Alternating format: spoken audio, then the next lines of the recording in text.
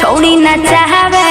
भर लगन घर नहीं आवे भतर खाली डीजे बजावे भर लगन घर नहीं आवे भतर खाली डीजे बजावे हमर जवानी सखी खूब तड़ा पावे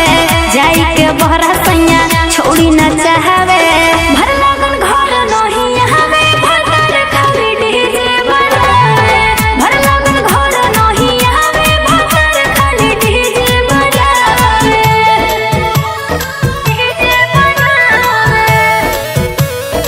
म्यूजिक बाय विकास राज ए सखी और कैसे बतैयो सखी सैया के बतिया सुखले कटो हो हमर सारी रतिया सुनना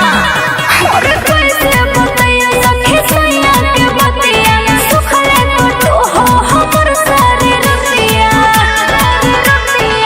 करो ये फोन जब नहीं उठावे खाई के जरदाऊ गर्दा उड़ावे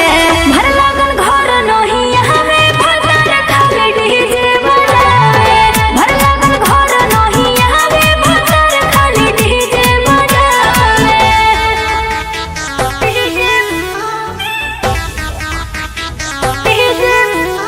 मुस्कान म्यूजिक कुमार मुकेश की प्रस्तुति। भर लगन घर नहीं आवे भतर खाली डीजे बजावे ए सखी और तर तर पसीना चुए भींगो है साड़ी फेंको है धुआं जवानी के गाड़ी